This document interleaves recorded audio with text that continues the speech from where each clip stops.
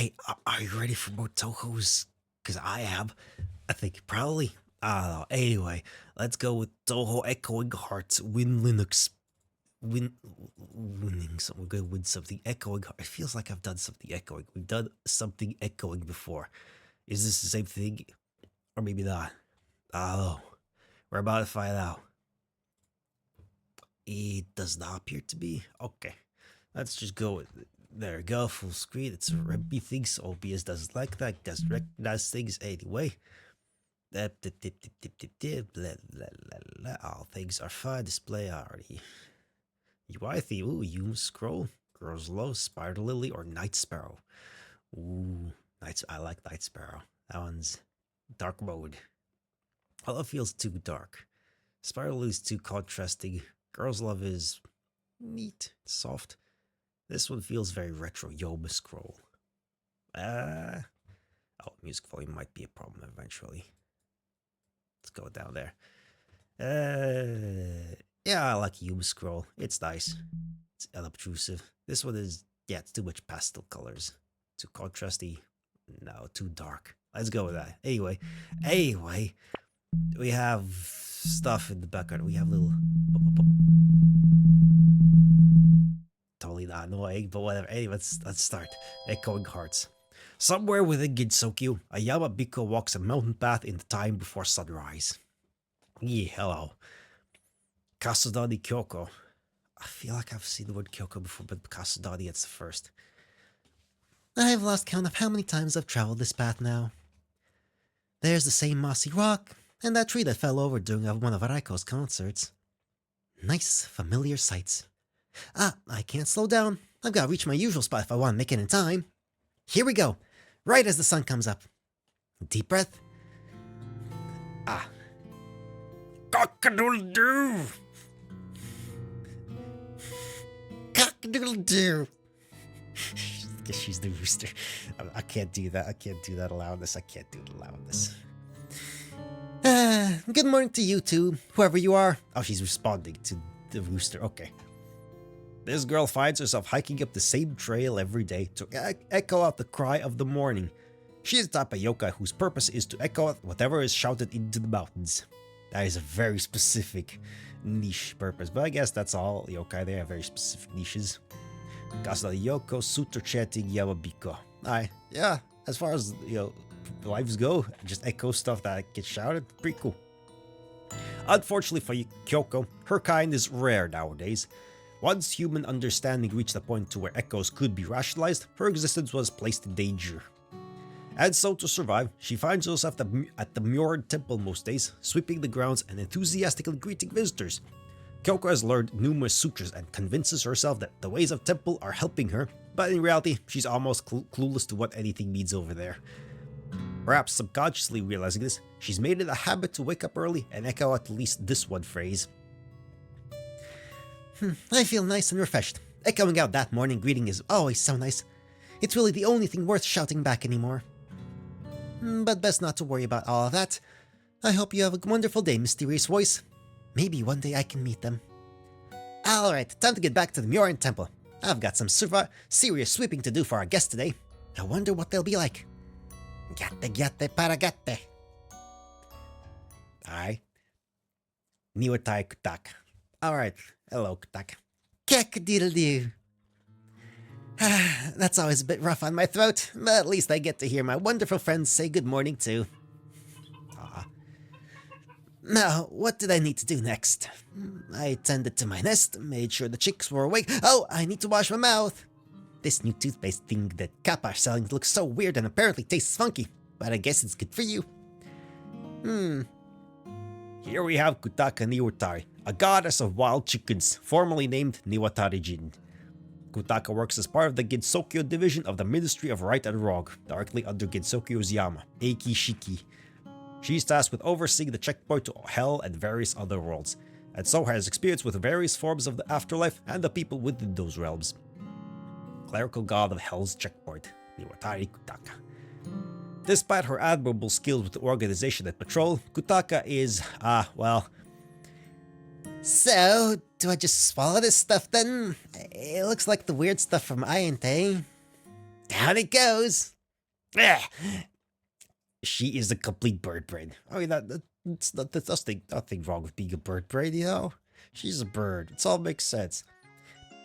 What in all the myriad gods were they thinking with this?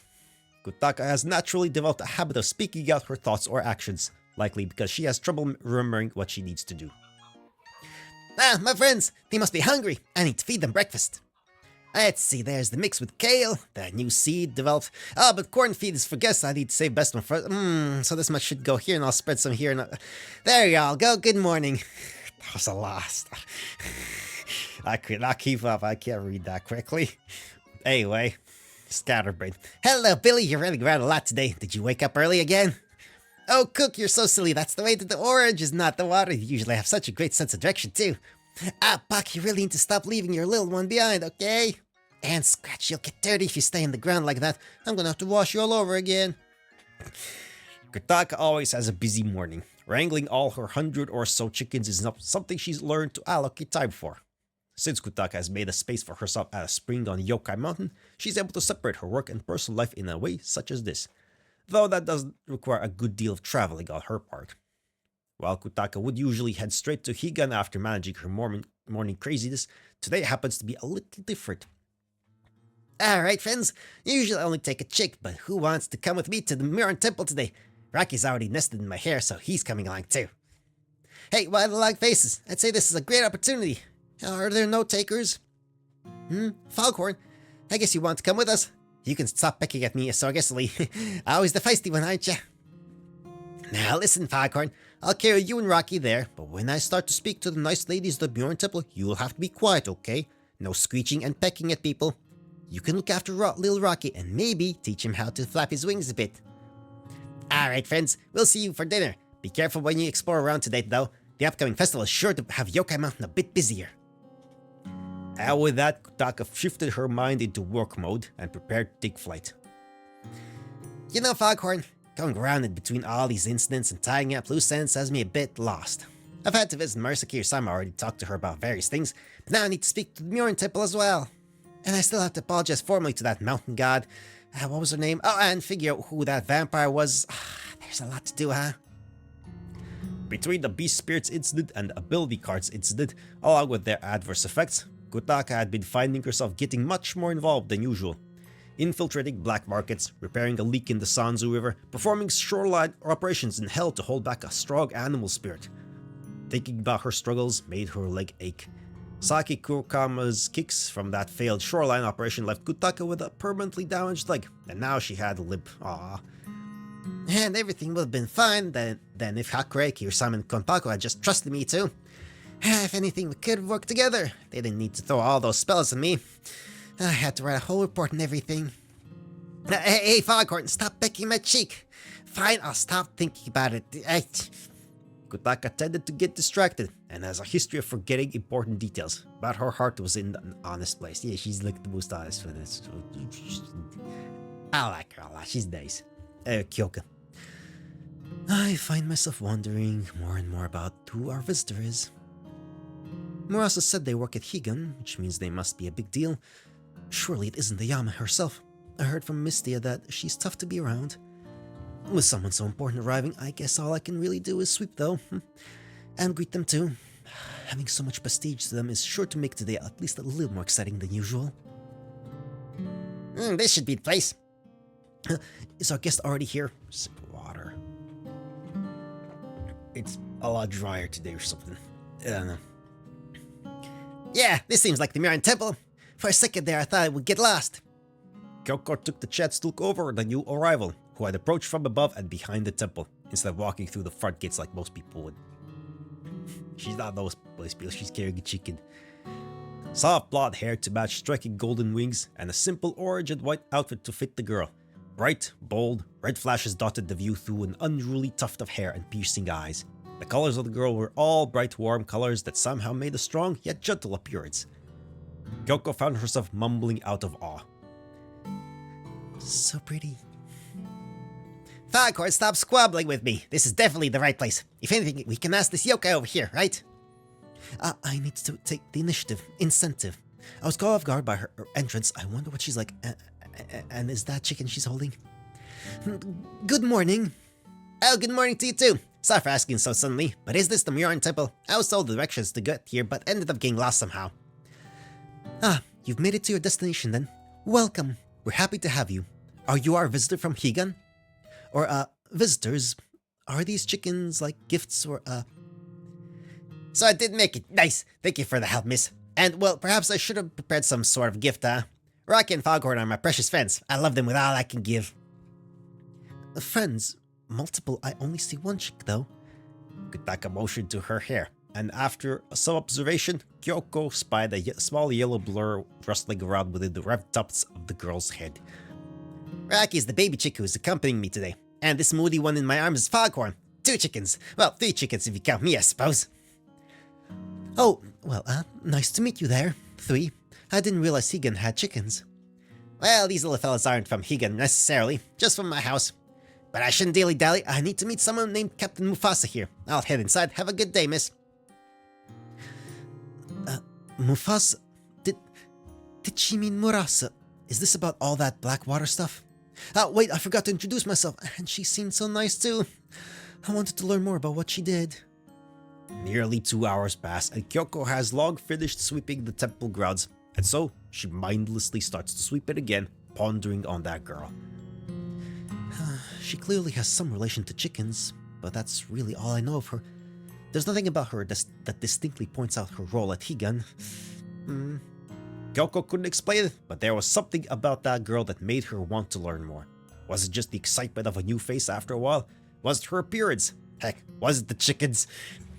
After many minutes of questioning her thoughts, Kyoko heard the girl exit the temple. The chicken girl wasted no time and started to fly away before Kyoko could even fully process what was happening. Using her powerful voice and reflecting sound, Kyoko yelled after her in an attempt to talk even just a little bit more. Wait! The fly girl almost took a nosedive from the shock of the sudden cry, and Foghorn started clucking away, but she managed to stabilize herself and land near Kyoko. The Yamabiko had reined the girl back in, at the cost of damaging her throat out of self-imposed panic. She's being adorable. Miss, you shouldn't strain your throat like that. You'll hurt yourself. Here, let me help you. Kyoko stiffened up as a warm hand was placed lightly upon her neck. Unexpectedly, the girl's hand began to glow, and instantly there was a soothing, comfortable feeling that touched every point of her throat. It was as if the richest of bee yokai honey, or perhaps the most expertly cooked soup, had been fed to her. No herbal tea could match the relaxing feeling of that touch. Kyoko felt herself loosening up from her initial reactionary stiffness. Her raised tail and perked up ears drooped a bit as she took a glance at the girl's face. Those bright and honest red eyes looked back, and the girl tilted her head slightly to give Kyoko a warm smile. Kyoko felt an odd change from within her. Why did her face feel hot? Young girls in love, or ancient yokai in love. I don't know how old they are. Supposed to be. That doesn't really matter. They're deep demon things. Always remember to take care of yourself, alright? Yes, right. My throat, how did you... It feels better than it's ever been. Well, I guess that's a perk of being, well, me, I think. A perk? So, like an ability then? That's super cool. Oh, the reason I called you was actually because of this. If it's you, alright, may I ask who you are? I realized we never introduced ourselves and I felt kinda bad for just not saying anything. Yeah. Oh, right. You're the super helpful person who told me where I was. And I didn't even present myself correctly. I'm always forgetting stuff like that. Sorry. I'm Kotaka Niktarai, a god of wild chickens. Oh, you're a god? Forgive me for not knowing. I'm still studying here at the temple. I don't really do anything too notable, miss. Just treat me as a friend instead. It doesn't matter what we're supposed to be. Oh, awesome. I'm Kyoko Kasudani. I'm a Yamabiko. It's nice to meet you, Miss Kyoko. If you're a Yamabiko, I think my chickens would really like you. They always sing out at sunrise after me, and maybe you could start parroting each other. She already does. Oh, Yamabiko aren't really active anymore, right? Sorry, I happen to call out a big cock-a-doodle-doo when the sun rises every morning. It helps wake Yokai Mountain up, I guess. It's a sort of an alarm clock for the Tengu and Kappa and everyone else. My chicken friends usually like to join in on the whole morning course. It's a wonderful way to start the morning, though. I'm probably the only person in Gitsuka who thinks like that. You sing out the morning? Kutaka, how long have you been doing that? Too many years to count. It's what chicken does, right? It probably bothers you too, doesn't it? I know this temple is around the outskirts of the mountainous area, but I guess it does reach here, even here, huh? This... Her reaction immediately. This is the person I've been waiting to meet, and she's right here, in front of me. I'm so excited, I need to let her know how much I appreciate what she does. It doesn't bother me.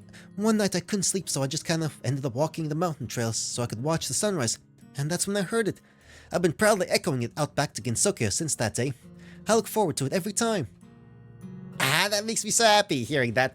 I appreciate it. Maybe your echoing helps me message reach more of Gensokyo too. I guess we've been working together this whole time, and I wasn't even aware. Thank you for your hard work. Kyoko felt her tail and ears perk up just a bit, as a surprised smile escaped onto her face. This is very sweet, wholesome indeed. I like it. It's so nice. I should be thanking you. I'm not able to do what I love the most a lot of the time, so having something consistent like that makes my morning. You're really sweet, Miss Kyoko. I hope you continue to work hard here.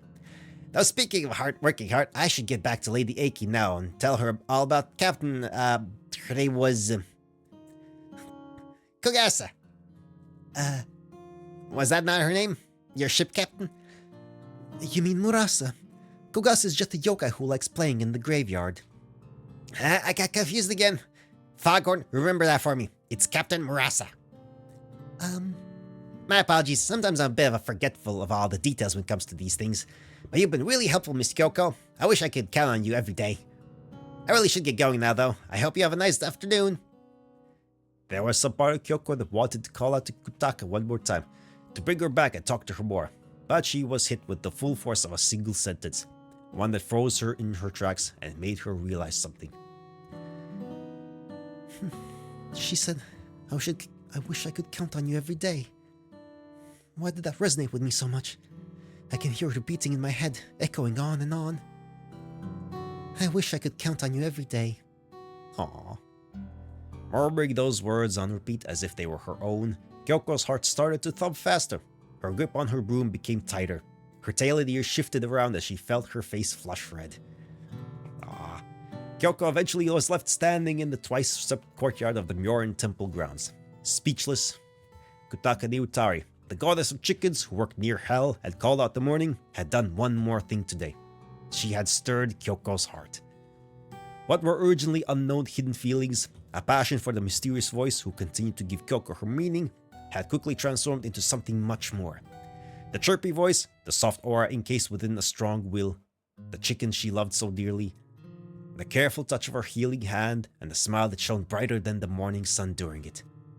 Thoughts flying around in her head, heartbeats echoing within her chest, and hand unconsciously rising up to her throat, Kyoko realized what this meant. What was a casual comment from Kutaka was much, much more to her. Kyoko wanted Kutaka to count on her every day, and she wanted to rely on Kutaka for things more than just her echoes.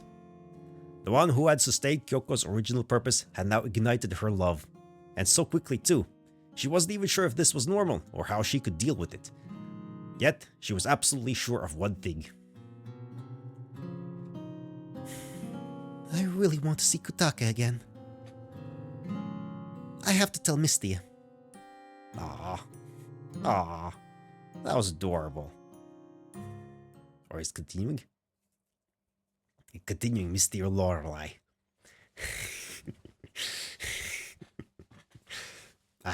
Wait. You're saying you immediately just decided right then and there that you would get with her without actually talking to her or anything? But I did talk to her. This is Misty Lorelei, a night sparrow yokai, most known for her food stand, which serves as trademark grilled lamprey. The food Misty serves is fabled to have a healing effect for confusion and night blindness. But that's actually Misty manipulating it all, so it seems that way. Okay. In reality, this is a girl who wants business, and she uses her off-key singing to inflict her patrons with those ailments. Then, she lifts them once they eat her food. It's unabashedly a full-on scam, though those who know about it give her a pass because her grilled lamprey is more than delicious. I mean, I guess, fair enough. It's just unabashedly. And I keep bumping the mic thing. Misty also happens to be Kyoko's best friend. The two perform in a band together, known as Choju Gigaku. You're doing that thing again. What thing? You're hum-singing as if you don't believe me at all. I really did talk to her. You exchanged words, that isn't talking. And that doesn't make sense. It's... how do I put this? The whole thing seems surface level. I mean, it was just pleasantries. It sounded like you have no idea what she's really like. I mean, I guess I don't know everything, but... Kyoko, you know nothing. Yeah. Kyoko's first thought after meeting Kutaka was to visit Mistia, who she was expecting blatant encouragement from. Instead, she got hooked with the cold slap of reality. Sorry, didn't mean to bring you down. I want to at least get to know her, though. Now, this sounds like an awesome thing to possibly happen to you, but we should start with everything you know about her and break down why you were so attracted to her from the get-go. Will that really work? It worked with Wriggle and I, and we're still a happy couple, so I'd say it's pretty good. Well, that and good food. She really likes my food. I thought you tried to serenade her. With your ridiculous "you are the flying light to my blinding darkness" song thing. Hey, don't jab at me, it worked, didn't it? Something tells me we are in completely different situations with the girls we like. Yet you still asked for my advice, so that means I must be pretty smart. Nah, you're still bird-brained. I think Wriggle likes you because you're not smart. So you like that other girl because of for the same reason then? Well... Listen. I think my point still stands. If you figure out what makes your heart run a mile, then you'll appreciate your love a lot more. I personally sing it all out, though I think your voice is too screamy for that. If I'm so screamy, then how come I'm the vocalist for our songs? Relax. It's a good type of screamy. Here, I'll treat you to a serving on the house under the condition that you tell me all about her. Sound good? Well, I can't pass up some good food, can I? Perfect. Here, this one's fresh. Ooh. So?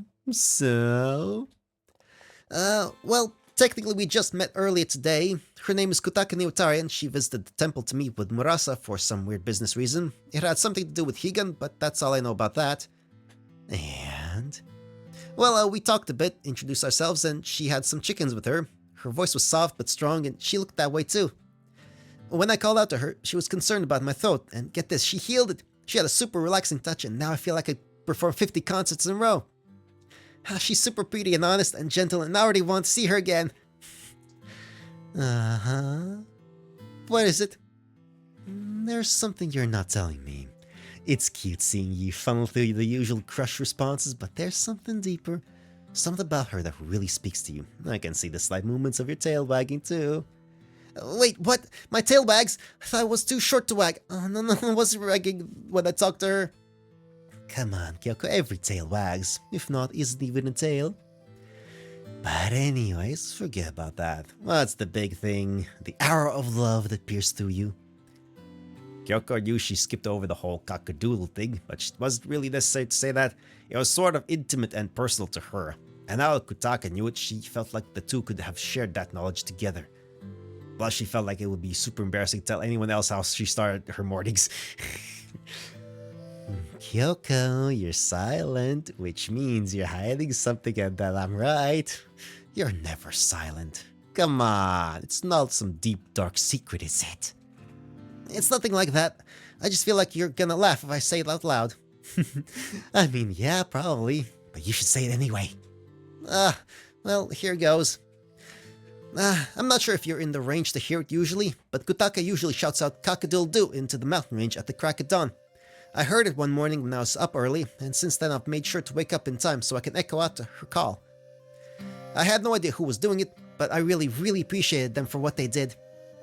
Learning sutas at the temple and having our concerts is nice and all, but traveling mountain trails and hearing what people shouted out into the mountains was what I did for a long time.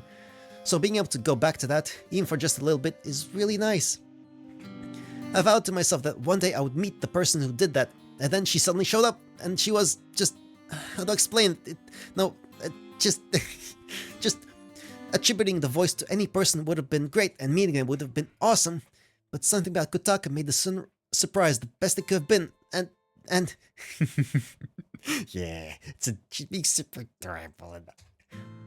So you did laugh. I shouldn't have said anything. It's the good type of laugh. Really now? Just how I sing is the good type of screamy? Exactly. Now you're getting it. That was supposed to be a jab at you. Again. Dear friend, if I ever turn everything against me into something good, I'm unjammable.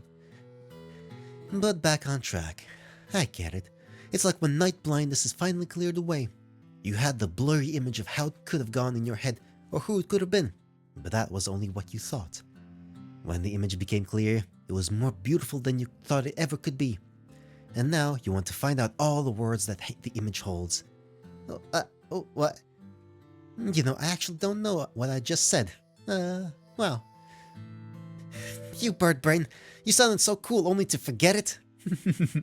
Point is, you really want to learn more about her, right? Because there's a person behind the voice now. You've got a taste, and now you want the full meal. Speaking of which, we've done so much love talking that your lamprey is gonna get cold. Eat up. You're right. Thank you for the meal. Enjoy. So, while you're munching, it's strategy time. Strategy? Yep. You want to get closer to your love, right? I'm gonna support you. Though there are a few things you should know. That sounds ominous. Maybe. Your tea singing is only making me more nervous. Well, it's more about how Kutaka is rather than you. If we're thinking about the same bird, then I've actually met her a few times. Wait, what? Yep. There was a time when Bird Yoka had a weekly meetup to discuss some stuff about avoiding being eaten or something like that. It never lasted. Yuko's still a problem. Anyways, weirdly enough, she was a part of it, despite being a god. And she never remembered anyone. She wasn't a bad person or anything, but even I remembered everyone else there. I guess for her, the names and faces were just not connecting. Are you saying that she's not going to remember our conversation? I thought it was pretty memorable. Yep. I mean, to be fair, she is a chicken. They take 3 steps and forget. The vibe I got from her was sort of, dutiful maybe? Maybe she's thinking about too much, and that's why she filters out smaller things like that. So what am I supposed to do? If I keep telling her why I want to spend time with her, it's going to become less and less heartfelt. Then it'll just feel empty. Well, I actually think you've got an advantage here. Your conversation was somehow part of the process during a work task, and you talked about something she enjoys. Chickens on the morning call, right? If you act quickly, you can rise your memory rank within her mind. Memory rank? What type of term is that? Well, Wriggle used it with me, so I'm just kinda copying what she said. So, initially, you forgot about Wriggle too? Even though you were the one who went for her first? Your lamprey's gonna get called. Wow. Anyways, if anything, it's proof that memory ranks are a thing, probably. She's a bird too, so it should be similar. You just need to make continued lasting expression, say keywords, and constantly approach her. You say that like it's easy.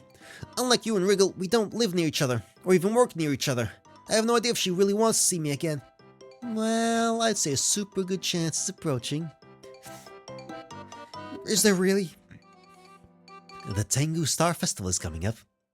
That sketchy diet Tengu is flaunting her money again, so all you need to do is talk to Kutaka there. I'm almost entirely sure that she'll be attending. Ministry workers are at every big gathering like that, and since it's on Yokai Mountain, Kutaka has a hard chance of appearing too. You said she calls out the morning from the mountain, right? She'll likely do that and stick around for the festival. I feel like that wouldn't work though. Like, everyone is gonna be there. How the heck am I supposed to find her? Even if I do, will I even be able to talk to her properly? There's way too many people at the festival. That's why you take her somewhere private. Being at the festival is only the first step, and if you're lucky, you won't even have to be there long. Though you should probably learn some trick or something that would stick with her. Tricks? I'm not some dog looking for treats. I mean... Shush! Cold lamprey getting to you? More so you than anything... Hello, pardon me. May I ask for a bit of assistance? There's no way. Kyoko twisted her head so hard in the direction of the voice that she was certain she gave herself whiplash. An orange dress, golden-haired wigs, and bright red eyes with a tuft on top to match. Yep, she checked all the boxes. Kotaka. Oh, people who know who I am? That's surprising. I didn't see you there earlier. The lighting is a bit weird from my direction. Hello to you too! Hey. Yes, yeah, hi, excuse us one moment. Sometimes my customers get a little jittery, but I have a trick that'll fix them right up. Misty pulled Kyoko over to the side, and the two were now engaged in a huddle, frantically whispering. Kyoko, you can't afford to fumble here. What are you doing? She came out of nowhere. I'm not physically or mentally prepared for this. It's been, maybe half a day, right? This is the best opportunity you're gonna have to cement yourself in her brain. How? I said it already, didn't I? Keywords. If your entire vocabulary is just a rehash of what happened earlier today, you need to make yourself part of her schedule. I'll back you up, so let's go. Fine. Misty and Kyoko clumsily returned to their original positions and acted like nothing happened. Is everything alright? Sorry if I spooked you two. No worries, it's good to see you again so soon, Kotaka. Again? Have we met before? I can't really see you from over here. Let me get a closer look. Without any regards for boundaries, Kotaka strolled up and leaned downwards, her face meeting Kyoko's for the second time that day. Kyoko found herself tensing up from the action, unprepared once again for the closeness of the chicken goddess. The three remained in their exact positions for at least a minute. Well, that's a long time. That's a long minute. Kyoko bowed, bunching her legs together and sitting with a stiff and anxious posture, staring into Kotaka's eyes which were deciphering who exactly the girl before them was. Kotaka stood resolute, leaning forwards to get a close look in the dim lantern light. And Misty stood behind the counter, smiling in the silent entertainment that she was unexpectedly treated to. Oh, you're the nice girl from earlier. Kanaka Kawashiro, right? Take your gift for your heart-echoing work. I should remember the echoing part, so that's big stuff. The name is like way off, but you know, good enough. Got half of the thing. Kotaka ended that sentence genuinely, as if she believed that was Kyoko's true name, and proceeded to give off a big smile with a salute. Yes, of course, I love to do it. What she meant to say is her name is Kyoko Kasudani, and she would love to talk to you more. I'm her best friend, Misty Lorelei. That's not support, Misty. That's a straight-up attack. That's so direct.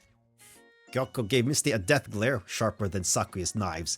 Misty smiled with mischievous intent. Oh, right, I've got names mixed up again. Sorry, Miss Kyoko.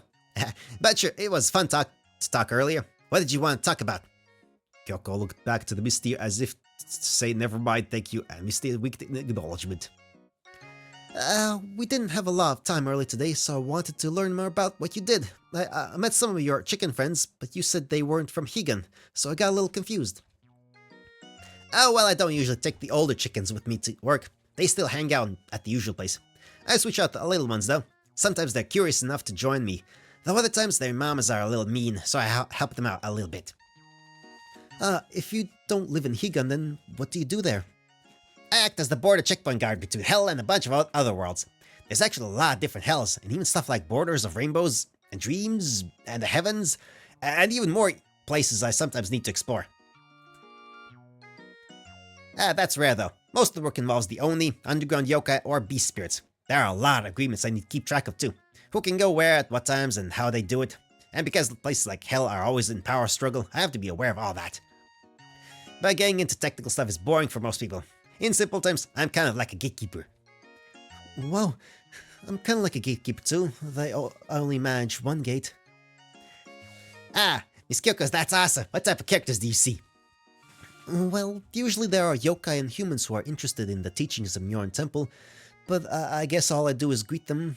Usually the fights and stuff are handled by Murasa or Ichirin.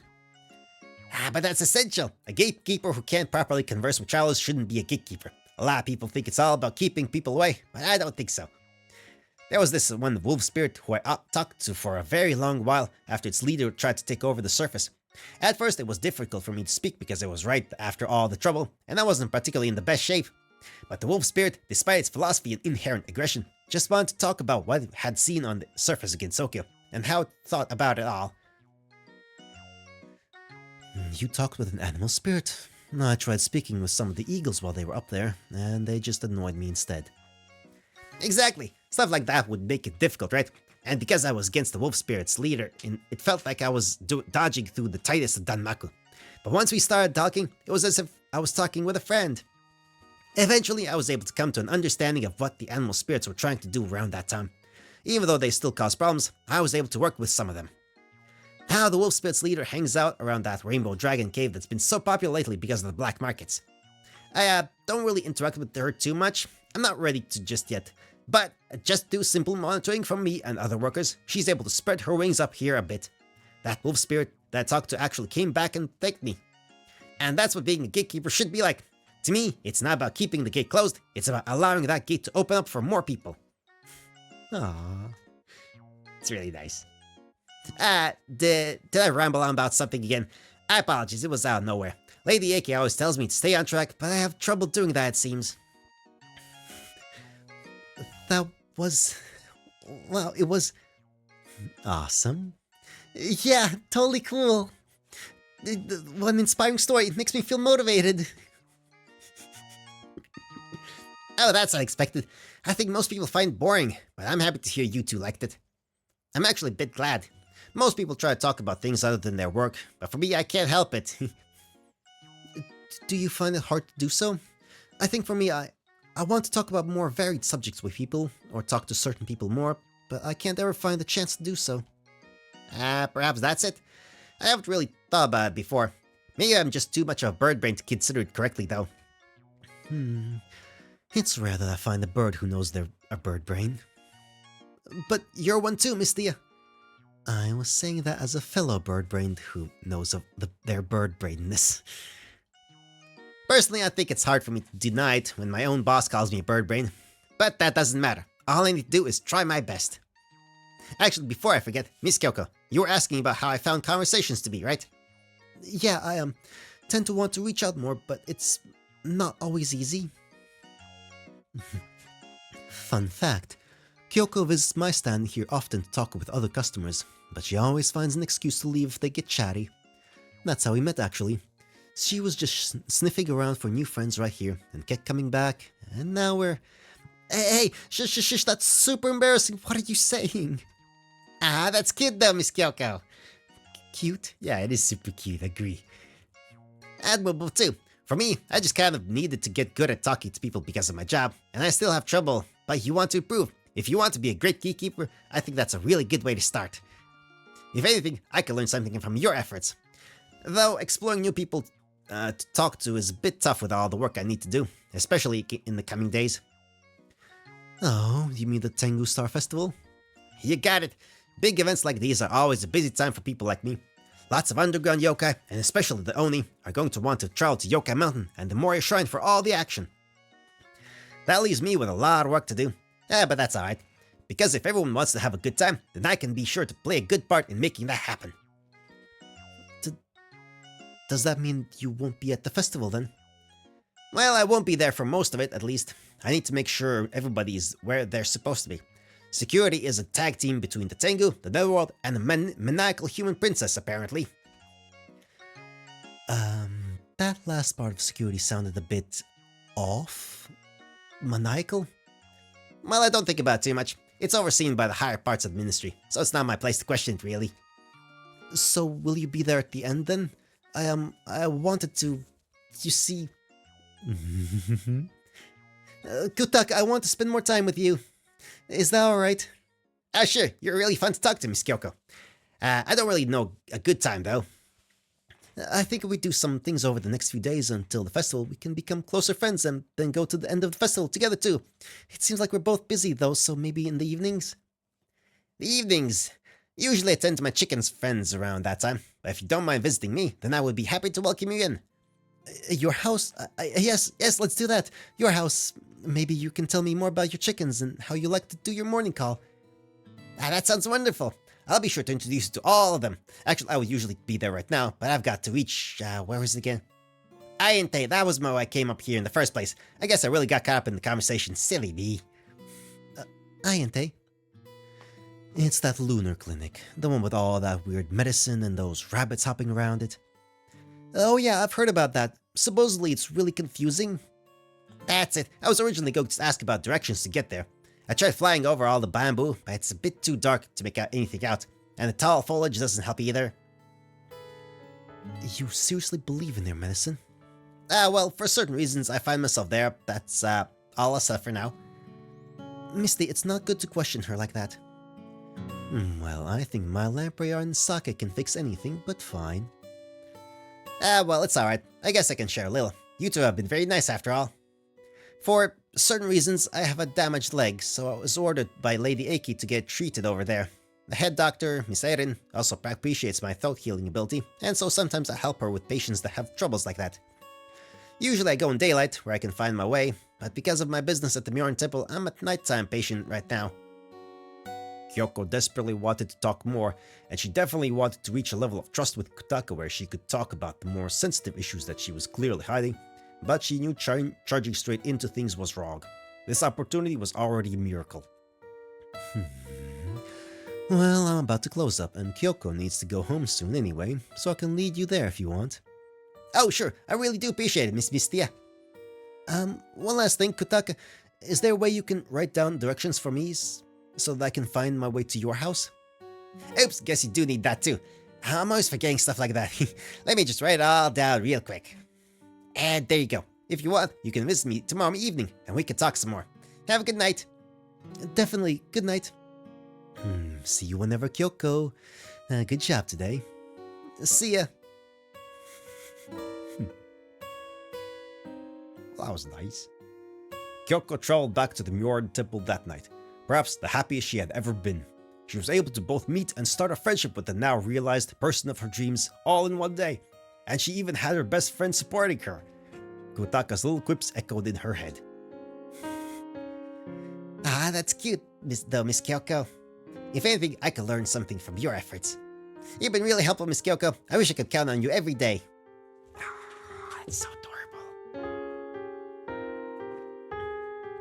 She was a bit restless, but Kyoko allowed those ultra-pleasant sentences to sing her to sleep. As Kyoko tucked herself into sleep that night, the promise of tomorrow was enough to keep her content, and there remained a smile on her face as she drifted off to sleep. This can't be. Maybe if I turn this way, it's possible she held the paper wrong. Surely there's a hidden message then. This is completely illegible. This is her handwriting? I'm so boggled, I'm talking to myself. It's not like this mirror me will say anything of note. Hello, mirror me. Hello, mirror me. I'm echoing myself again with this, huh? Whatever. Is it really an echo if we speak at the same time, though? Must have been my imagination. I really gotta wake up, yikes. What the heck am I gonna do about this note, though?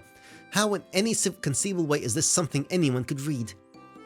There's pen marks here and like some sort of characters there. Is that a doodle of a tree or just a butchered word? I wonder if Kutaka has some struggles with literary comprehension. Maybe I could teach her.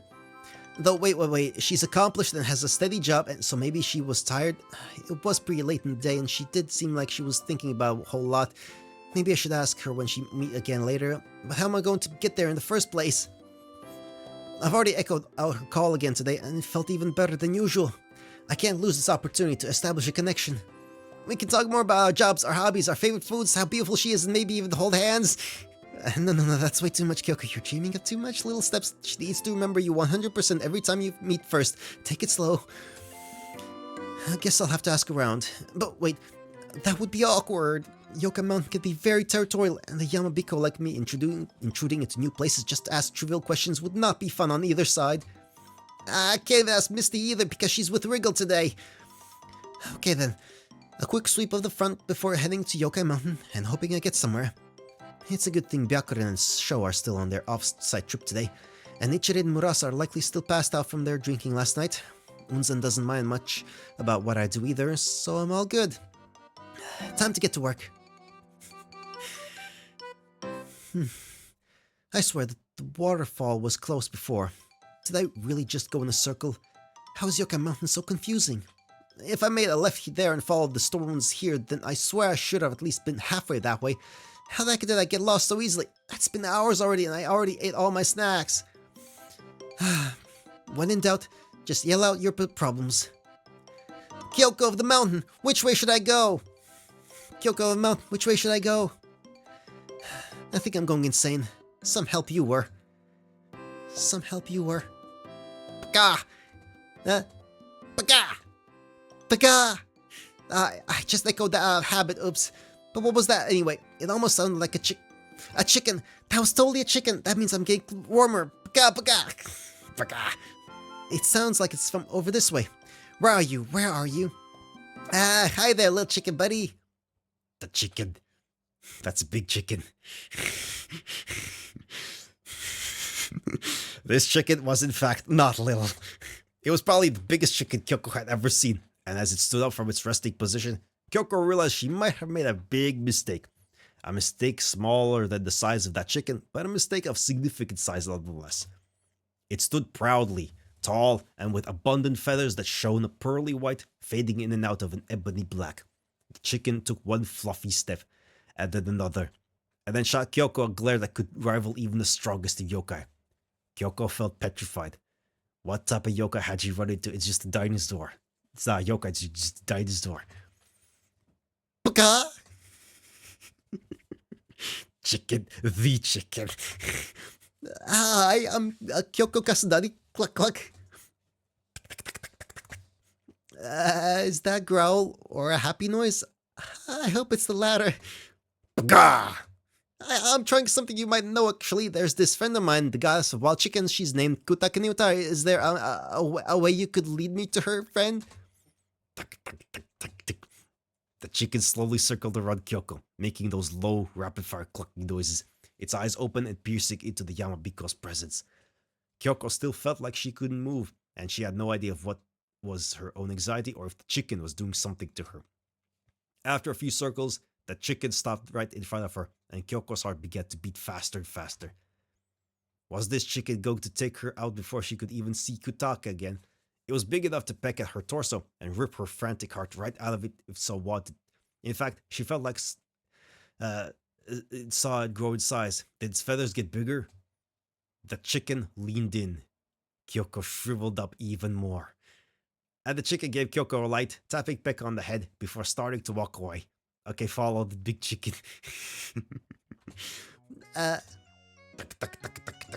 Do you want me to follow you? The chicken simply flapped its wings and started walking through the trees. Kyoko took that as a sign to follow it. It was perhaps a 30-minute walk before Kyoko saw a view that caught her attention. The chicken took a breath from its flapping and low clucking to crow a large cry. Kyoko saw a sight that she wasn't expecting to see. With the low sun shining its deep orange glow onto the area before her, Kyoko found her breath taken away. A modest wooden house placed within a grassy terrain with many, many chickens walking around. There were chicken coops, nests, various old wooden chairs, and tiny sheds. And if Kyoko squinted her eyes, she could see a natural spring near the back of the house. When the chicken let out its loud cry, it was as if all the smaller chickens moved away from where its gaze landed, and so the chicken walked forward and rested itself right on the biggest empty spot at the edge of the porch. So this is her house. Thank you so much, friend. The chicken only ruffled its feathers in response. Is Kutaka even here though? She should be, right? Hey, Rosecomb, dinner's ready. Where are you going off to? Oh, Java, sorry I missed you there. Olive, there you are, hiding in the coop again. There's no need to be shy, right? I won't peck at you. Good evening. Paka! Bugatti you too, Kutaka.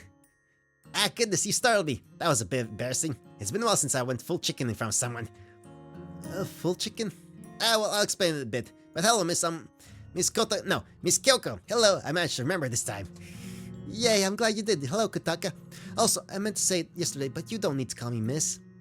Are you sure? I don't want to be disrespectful or anything. If anything, I'm the disrespectful one. You're a god, and you said to treat you like a friend, right? It should go both ways. That does make sense. Kyoko. You don't need to repeat my name over and over, though. It's alright, I'm just raising your memory rank. This will help. Oh, she's using the same terminology. Wait, you use that term too? Actually, Miss Misty told me about it yesterday when she was guiding me to Ayante, and I want to see if it works. You're fun to talk to, Kyoko, so I want to make sure you remain important in my mind. It would be foolish of me to forget my friends. I see. Kutaka wants to remember me. I can't believe Misty is spreading that nonsense. But also, Kutaka, I think that's not really necessary. I feel like if you focus on the fact that you might forget something, you'll lose out on the actual experience. Well, I used to be like that too. When I was more active with some other Yamabiko, I usually thought the worst about our activities. What if this goes wrong, or we need to do this to make this fun? Or things like that kept thinking about. And now when I look back on those days, I realize I didn't really enjoy them because of it. So even if you do forget, I can always help you remember, alright? Just make sure we have fun. Kyoko, alright then. I'll be counting on you. Make sure to never forget. Right. Memory rank up. God damn, Misty. What the heck was that noise? It must have been the memory rank jingle. I think you ranked up. Well, how does that... Whatever. I won't question it. It's best that I don't question it. I won't. You're fun to watch, Kyoko. I was wondering, did you find your way here alright? I hope my directions were easy to understand. About that, I couldn't really read them. Well, I mean, I couldn't tell what lines were for what characters, and the sentences were all scribbly and scratchy, and... Chicken scratch, of course, how did I not see it? Pardon? Kutaka, quick question. How often do you write? Fairly often, I would say. There's a weekly report I need to submit to Lady Aki, though usually most of it is pretty simple. When I first joined the ministry, Lady Aki seemed to dread my reports for some reason, but I thought I did them pretty well. Now she just sighs. I bet she's tired of the paperwork. Oh, okay. No one's ever taught her. Okay. Now she just sighs. Did she ever tell you a reason why? She muttered something like, "This is as bad as the lunar doctor's handwriting," and I have no idea what she meant by that. The lunar doctor... Kutaka, when you go to Ayante, can Miss Eirin read your writing? Oh yes, actually. For some reason, she's the only one, though. The rabbits clutch their heads when they look at my papers. It's too indecipherable. That's beautiful. That's beautiful. Chicken scratch a doctor's handwriting. Yikes. That's beautiful image. Completely indecipherable to anyone but these two. Yikes. Kyoko, you fool, you're going to insult your new friend. Turn around, turn around. Sorry, just had the wandering mind. I actually got a bit lost, but that huge chicken over there helped me out. Oh, do you mean Big Brahma? Wow, that's really surprising. What type of yokai is it? I've never seen a chicken that big and had such a powerful presence. Big Brahma's not yokai, silly. She's just a big grumpy mama. I thought she was pretty broody lately, but has she not incubated her eggs yet? I'll have to check. I'm not sure I follow. Oh, well, how should I explain this? Are you aware of something called the pecking order? Well, yeah, it's who's on top and who has to follow orders and all that, right? Somewhat. For humans, yokai, and gods, it's about status, right? That hierarchy of who leads the group and who needs to make way for the biggest players is seen in lots of places. But chickens are the reason behind that name. The hen at the top of the pecking order can call other hens to lay eggs in certain locations or puff up her feathers to show off her status. And there are a lot of other things too. The reason why the term is called the pecking order is because the top hen will do a sort of tapping peck on the heads of the younger chickens so they learn their status. If Big Brahma lightly taps a chicken's head when they both go for a food, that's a way of saying that she's the leader. Wait, she did that to me. So does that mean she was giving me a warning? Yep. So, let her do her own thing, alright? The only one Big Brahma really listens to is me, so the fact that she decided to let you follow her is great. Perhaps she wanted you to include you within the flock. You must have made a chicken-like sound or something. Yeah. So I got told my place by a chicken. Oh, that Tanja was to explain her being broody. Usually hens will give out some tuck-tuck-tucks when they want to lay eggs and such, so I wondered what she was up to, because she was doing that lately. Hey, that was the exact noise she was making. You replicated it so well. Well, I am a chicken, silly. That's the actual noise itself. I need to switch into chicken mode sometimes when I need to tend to my friends. Giving out warning calls or presenting the chicks and hens with safe food to eat, participating in staring contests, and even making sure that when a cockerel chases hens, it's being nice. Gosh, if I went to every single thing about my friends and how I tend to the flock and all the details, I think we'd be here until tomorrow. I don't think you want that. But Kutaka another thing I could... Pardon? Pardon? Oh, hey, I got an echo from you. That makes me feel nice. It makes me feel nice too. But Kyoko, you did it again. I can't understand you when you talk that fast. Sorry, I had a jittery moment, like last night, yeah. I should ask Miss there to teach me a trick to help you then. Anyways, we've been standing around outside, but I guess we should do something else, right? Do you want to hold that chicken? I can introduce you to a super friendly one. Sure. Alright, let's see. Where are they? There's Phoenix, Silver, Wellsummer, Minorca, and... there you are, Silky. Here's Silky. Let's cross our legs and sit down for a bit so you can properly meet them. So, usually I hold chickens while standing, but before we do that, let's have you get acquainted with Silky first. Silky is, well, a Silky. They're pleasant and friendly type. When you carry most chickens, you'll have to keep a soft grip on their wings, and their feet need to dangle, but not with this one. Silky looks so fluffy with all those white feathers. Wow. And they are. Silky chickens like to cuddle and love sitting in people's laps, so just give her some of these treats and feel free to pet her. You'll want to lightly stroke her from the back of the head, down the neck, to the main body, in broad, smooth motions. Here you go, Silky. Silky really warmed up to you quickly. Alright, already you're snuggling in your lap. That's great. So, do I just pet them like this then? I have no idea if I'm doing this right. You got it. Great job. While you have fun with Silky, I'll start preparing something to eat, alright? When you're ready, you can just lightly lift Silky off your lap and meet me inside. Will do. Kyoko continued to tenderly pet Silky as she watched Kutaka make her way inside. The chicken goddess walked at a moderate pace with a noticeable limp. Kyoko was reminded that Kutaka had a damaged leg, and that's why she needed to go to Ayante last night. She found herself curious about it once again, but decided to never bring up the subject unless Kutaka did. While Kyoko sat there, she started to think about what the two could do in the future. There were the obvious goals of a deep relationship with the chicken goddess, sure, but Kyoko wanted to find out a nice way to build up to that. It was hard to imagine what steps could be made along the way, but apparently this Tengu Star Festival was a great opportunity. Kyoko decided that she would ask Kutaka what she wanted to do there. Alright, Silky, I'll pet you again sometime. You were super nice. So I guess I can just walk in, right? Whoa. The outside was a neat and pleasant wooden exterior. The inside was a mess. The floor was covered in hay, and along the wall mounted shelves were various eggs, little nests, too many mixes of seeds, and various junk. Welcome, welcome! Please excuse the chaos. My home is the flock's home as well. You've certainly got a lot in here. Yeah, perhaps I should have warned you about this before I invited you here. My apologies. It's fine, I was just surprised. I didn't realize the chicken's lifestyle is like this. There's so much stuff to see. Maybe it's just because I've lived in a very cut and dry life at the temple that I can't process it all at once. I did hear that life at the temple is supposed to be simple. But I bet you're wondering what this stuff is for, right? I think the eggs, nests, and hay are self-explanatory, but do you have any questions? I see some wool. Do you knit or do you use something similar? Oh, I believe it or not, I actually got this wool from Yuma Totetsu.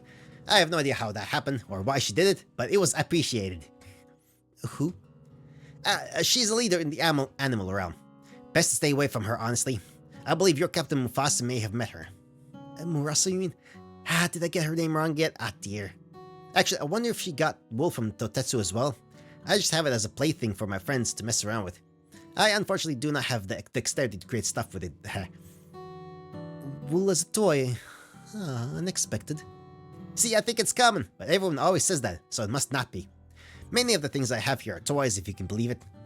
There's a fake rope ladder I can hang up if I want to, various piles of crunchy old leaves, paper boxes, and some unneeded copies of the Bun Bun Maru newspaper as well.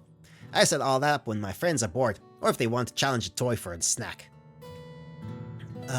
Why would they need to challenge toys?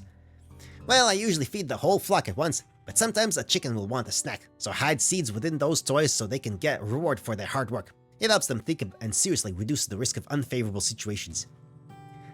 That sounds ominous? Well, it won't happen in my flock, I'll make sure of it. But sometimes chickens can get stressed and aggressive. This can lead to some fights, and unfortunately, something quite unspeakable. Yeah, chickens are fucking nasty. They can be fucking nasty, apparently. I definitely, more than anything, want to make sure that doesn't happen. It's already a tragedy that chickens are being eaten by other beings. To do that within themselves is... I agree. I think it would be nice to keep this flock safe and happy. I've only just met them, but I can tell that you love them. I do, and I appreciate your sentiment. If you keep visiting, you'll be able to meet them all. I'd be glad to do so. And I look forward to it. For now, I'll go fetch our dinner. I was just cleaning up for a bit for you. Feel free to sit on the hay over here. God, my throat is dying. It's been an hour apparently already. This has been going by so quickly. It's amazing. I'm out of water now. Thank you for the meal. Here you go. Kutaka earnestly and with a great smile on her face handed Kyoko a cob of corn. Well, she's a chicken. It was not cooked, grilled, boiled, fried, and there was no butter or any other modification made to it. It was just plain corn. She's a chicken.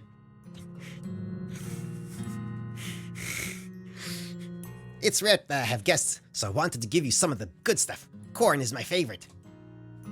Oh, no, I'm not sure I can eat this. How do I politely decline this without hurting Kutaka's feelings? Oh, Kutaka, just a quick question. Is there any way I can, boil and butter this corn?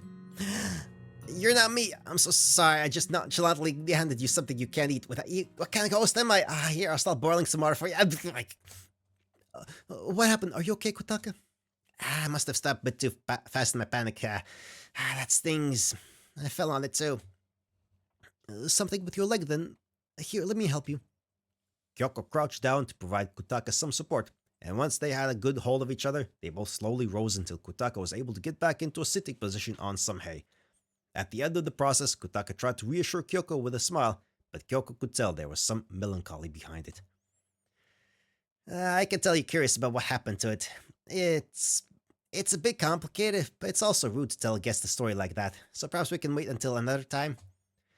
Sure, just don't feel bad if you need to pace yourself around me, alright?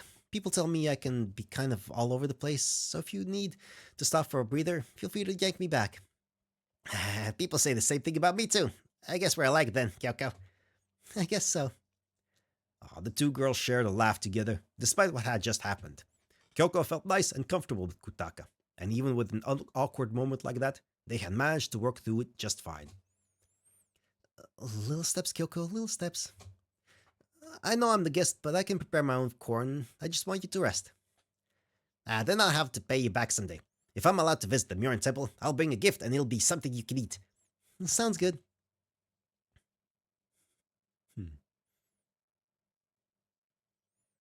I do have a quick question, though. Have you ever eaten chicken? Oh, that's such an awkward thing to ask. The most awkward thing. Good God. Kyoko froze. She knew she had to be honest or she would never forgive herself. Yeah.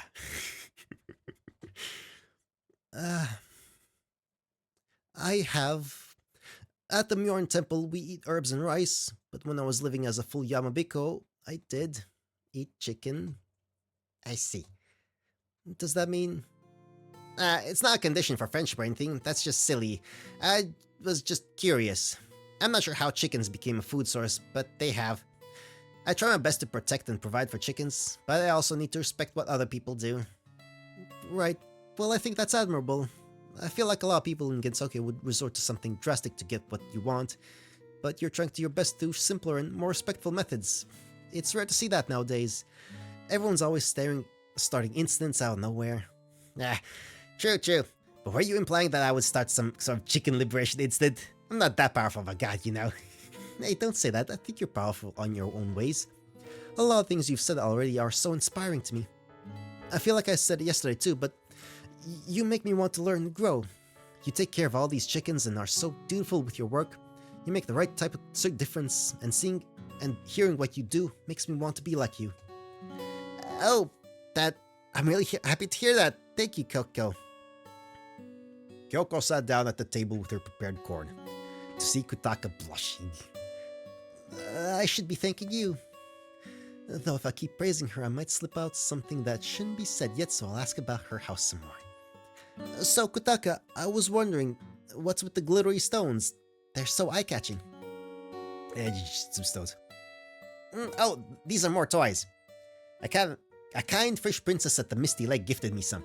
Chickens love to play with their reflections. I need to be careful because sometimes my intrusive thoughts cause me to swallow them on the spot, which is, Actually, the chickens spoke at them with their beaks, and I don't want them to get stuck in their throats, so I need to be careful, that's why. Caught herself. Kyoko risked taking a jab at Kutaka. So, Kutaka, are they tasty? So you did hear it. I tried to catch myself. Forgive me, I'm just messing with you. It's super embarrassing though, okay? Don't tell anyone else. This is a secret between you and me. Sure. The two girls spent the rest of the evening talking about various frivolous topics, and as the dinner went on, they began to go closer to each other. Because Kutaka had wanted to meet someone she could converse with, she was very excited. Because Kyoko had met her dream, she absorbed all the knowledge she could and echoed back that excitement with her own words. If one thing was clear, it was the two wanted to see each other again, and more often too. Despite Kutaka's busy schedule, they made sure to meet more times throughout the week up until the festival. They did various things together, walked the mountain trails at a relaxed pace, dipped their feet in the Misty Lake, tended to the chickens, they visited Kigan to observe the red spider lilies. It's a lot of stuff, they got little dates, it's super cute. But most importantly, they learned more about each other. Duties as a gatekeeper, what foods they liked, how they spent their time, and how they got their jobs. Shoujo Gigaku, and more and more. Kyoko learned to be mindful of Kutaka's leg, and Kutaka learned to match Kyoko's anxious pace. The two found themselves in sync more and more, until the end of the week had arrived and the festival was bustling. Misty, I'm incredibly nervous. That's the 13th time you said that tonight, and your tail wags every time you say it. I think you're excited. Well, duh, I get to have at least a couple of hours of festival time with fun with Kutaka, but I want to make a big move here. I want her to catch on. What? Well, you were going to meet her at Muenzeka, right? You should leave pretty soon to pick her up, but I think you need to confirm what that big thing is before you go. Said big thing is part of my anxiousness, though, because I have no idea. How about that dance contest? I hear they have some doji judging it, so it'll be pretty good. I'm gonna join with Wiggle. You can dance? Don't you know? A sparrow can live until 100 and never forget how to dance. Really? How old are you? Don't worry about that nonsense. Just hurry up and go get your girl. It might actually be tough because of Kutaka's injury, but I'll try it. Thanks, see you later.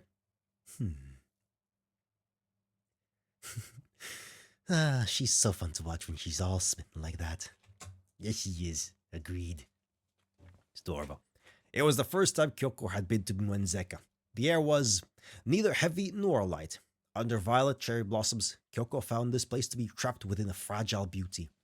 She knew this place was for the purpose of unattended humans, and there was probably much more to it, but she didn't know much.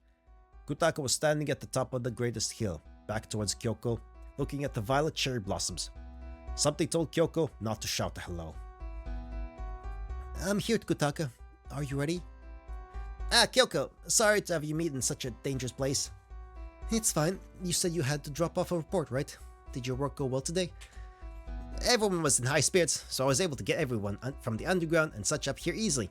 It was quite nice, seeing how excited they all are. That's awesome. We still have time to go to the festival if you want. There's a dancing competition I think we can have fun in. We can go slow for you. Dancing. Kyoko, I think I'd like to do that, but can we stay here just a little longer first? I wonder if she has something she wants to talk about. She seems more low-key than usual. Sure. Thank you. Don't you think these violet cherry blossoms are breathtaking? I find myself staring at them longer and longer every time I come here. They are very pretty. Do you like them more than the red spider lilies? I think the lilies suit you very well. It's hard to say. Maybe on a daily basis I can say the red spider lilies are my favorite, but the violet cherry blossoms are the flowers that I can view after a long time, and they somehow resonate with me after all that time. If I were to see them all the time, then I think I wouldn't be able to appreciate them. It's because of that reason that I don't venture deep into Muenzeka. only sometimes.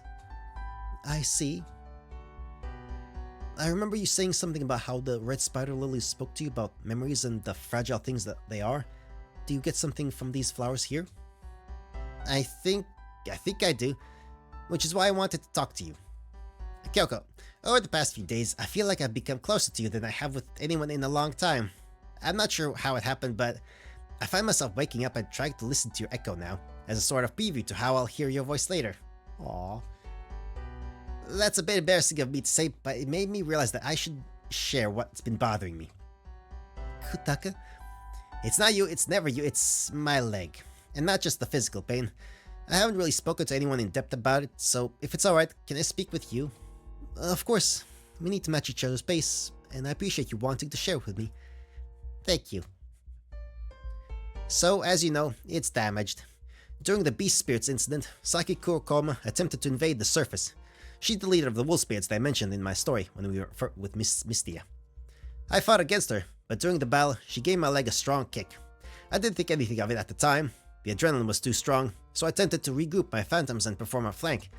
But I was promptly defeated by the instant resolvers in record time out of nowhere, and they took care of the rest. Eventually, I found out that Kurokoma is known for having immeasurable leg strength, and that's why my leg is sensitive. I don't want to have any qualms against any of the involved parties, so I talked with everyone, except Saki Kurokoma, and I don't know if I will ever be ready to talk to her, but someday I know I need to. The ache in my leg reminds me of the time I failed my duty, and now I'm not as flexible or useful because of it. I mask my injury by flying or holding in the pain when I need to land. There's a part of me that wants to be honest and just live with it, but there's also a part of me that wants to return to the time before all that. I forget so many things, and the red spider lilies tell me that memories are fragile. So of all things to remain, why this? What about this do I need to resolve? And I feel like Monzeka tells me something, but I don't know what. Kutaka, I think you've done a lot for other people. As the border guard to Hell and so many other places, I'm sure you push forward so many people that it's impossible to count. Even within this week, I feel like I've become someone new because of you. So perhaps what Monzeka is trying to say is that you need to do the same for yourself. What do you mean? Maybe, instead of opening gates for other people, you need to open up the gates for yourself. I did that once I found Mistia. Our performances together helped me express whatever frustrations or problems I had, and I felt a lot better afterwards. And now with you, I feel lighter than ever. I made it so that I could find you and spend time with you and go together with you, because that's what I wanted to do. All of this is new and exciting, and that involves climbing up a staircase I was really scared to climb. It may take a while for you to figure out how you want to do things, but that's okay. Opening up to new experiences and seeing what you want to do, that's nice. I see. Is this what Lady Aki meant then? She once told me that these violet cherry blossoms were meant to sever all hesitation. I think I get it now. Kyoko! Kyoko! You didn't need to echo me again, silly. I think I've realized what I want to do. I can't explain why, but I want to spend more time with you. Maybe we can open the gates for each other. We can show each other new experiences and go together like you wanted to. Yes, I would love that. Should we start with that dance then? I think we should. By the time the two reached the Tengu Star Festival, the closing dance competition was about to start, and the pair had managed to register right on time. Soon enough, it was their time to dance, and the two stood on stage under a sky that Megumu had shaped to fill to her will for the festival.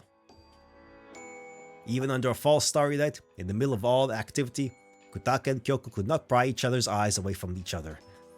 For Kyoko, it was derived from pure, simple happiness. All the anxiety and overthinking in regards to herself and her feelings were simply the rocky path to the red gems within the chicken goddess's eyes before her. Kyoko had found herself echoing more than just words throughout her life. While everyone's words were reflected back, to her it was filled with a meaning that she only wished she could convey on her own. She copied the actions of everyone at the Myoran Temple in an attempt to learn, but never grasped the concepts herself. She screamed out frustrations to Chujo Gigaku, but were, even those, the echoes of the audience?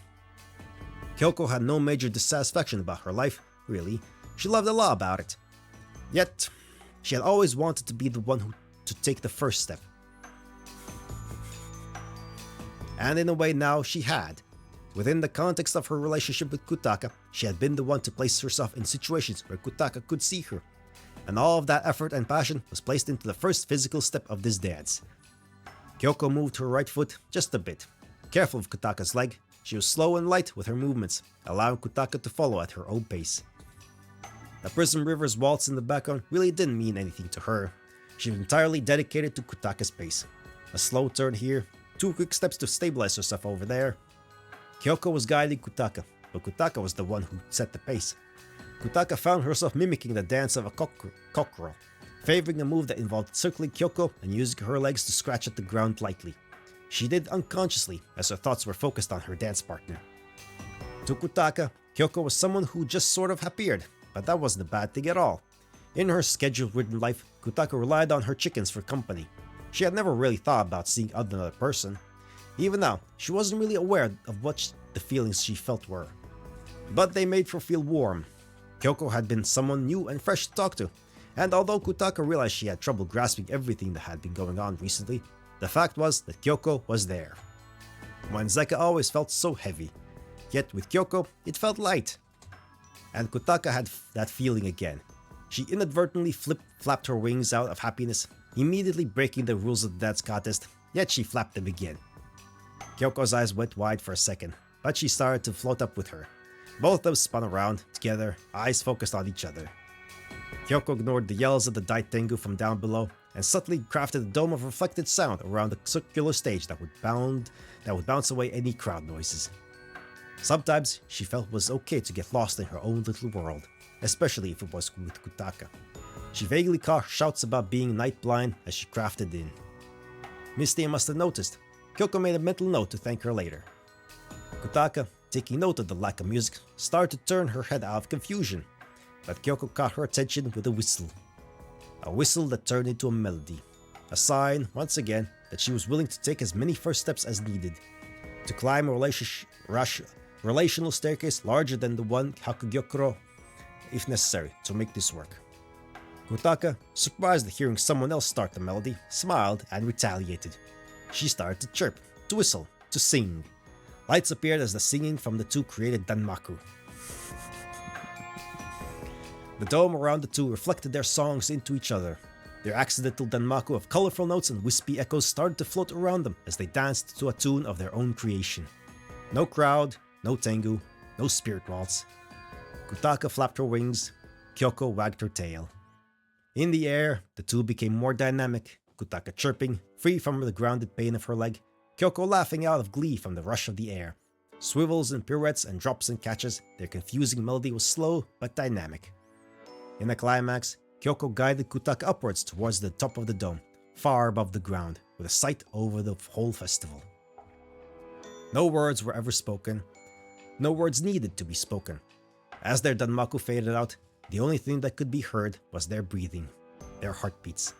So close to the apex of the dome, the sound reflected into the two girls and pulsated through them. Kyoko's heart, then Kutaka, and vice versa. There was nothing more that needed to be said.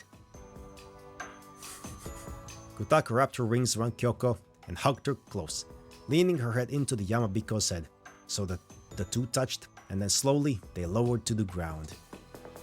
They sailed like that for a while. The festival had dispersed already. The dome had dissolved. That was so romantic and sweet and lovely.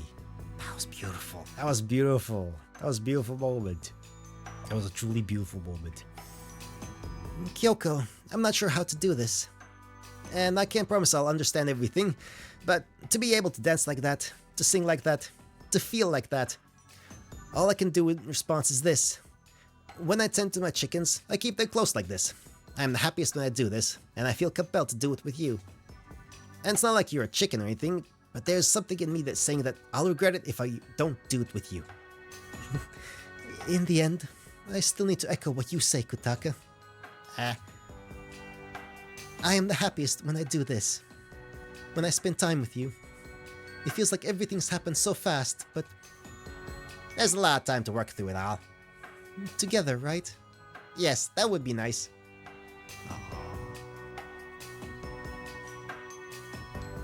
I'm almost tearing up, honestly. It was so sweet and just look pure. Echoing Hearts. Writer, lead, citrus artist, Munchie, programmer, Theo Minute, musician, Saisho. Thank you for playing. Extras have been locked in the main menu. Yeah, what he does. This was beautiful. This was just beautiful, simple and beautiful. A small story of two girls falling in love. It's wonderful.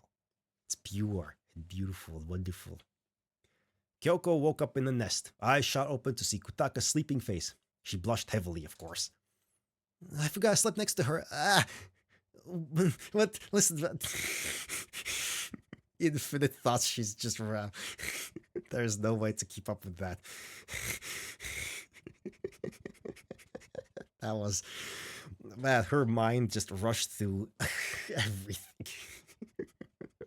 Gete hara, so gete bodhisoka. Oh, good morning, Kyoko. What were you muttering about? Sorry, just the sutra. I do that sometimes. You must have some strong memorization then. One day I'll reach your level. Awesome, I can help too. I would greatly appreciate that. Kyoko, since you're here, I think we should call out the morning together. Wait, is that possible? Your chicken won't get mad and we won't be breaking any sacred rules? No, silly. Where'd you get those ideas from? Here, come with me. Kyoko blushed as Kutaka led her by her hand to the balcony, after which the chicken goddess presented a smile that outshone anything else. The rising sun represents a new beginning, right? I think it makes sense that we mark our new journey together with a morning call, to signify that we will open each other's gates and that we will grow together through whatever may come our way. We'll work things out, and I'll understand how I feel, and how you feel, and how those feelings work with both of us. I feel like my heart is threatening to escape my chest from anticipation. Me too. And when I get the courage to say all of that I need to say, I'll make sure to shout out the whole world. And then I guess I'll be the one to echo them back. That sounds perfect. Oh, it's almost time. Ready? Ready. Cock-a-doodle-doo. There we go. Aw. That's so sweet. Image not... that was so good. Image not found. What are the extras? Boom Boom newspaper, but... let's read the newspaper. Alright, Boom Boom newspaper. There's... okay, you can read things about... things here. About each character. Anyway. My voice is fucking in pain. I'll click through each of them, and you can pause to read them yourself if you want, or just download the game yourself. It's free. It's on itch.io. It's linked in the thing. But like, yeah, 80 minutes of almost non-stop talking is hard when you only have like half a cup of water or something. Anyway, everyone's talking about. Everyone has opinions on each of the different things. All things. Kyoko, Kutaka, and Misty about Higan. Kutaka's like, see me there, sometimes for your work. Everyone has about the other worlds as well. God, there's a little big bird thing there as well. All the other things about the other ones, the Yoka Mountain, Misty's thing, and Kutaka. Oh, there's multiple pages of stuff even. Oh, did I miss that? Maybe I missed that. I hope I didn't miss too much of that. She's not going to Ayate. No, come on, it's fine over there. It's fine. Ayate is fine. Aaron is good, probably. There's all kinds of information about everything. All the things that we missed that I don't know anything about because I don't play Touhou games. Anyway, there was... About this game, it's just things that we already know. And the developer notes from Citrus, bunch of stuff. There's hello, this is Citrus. Hello, Citrus. Well done. This was great, but I can't.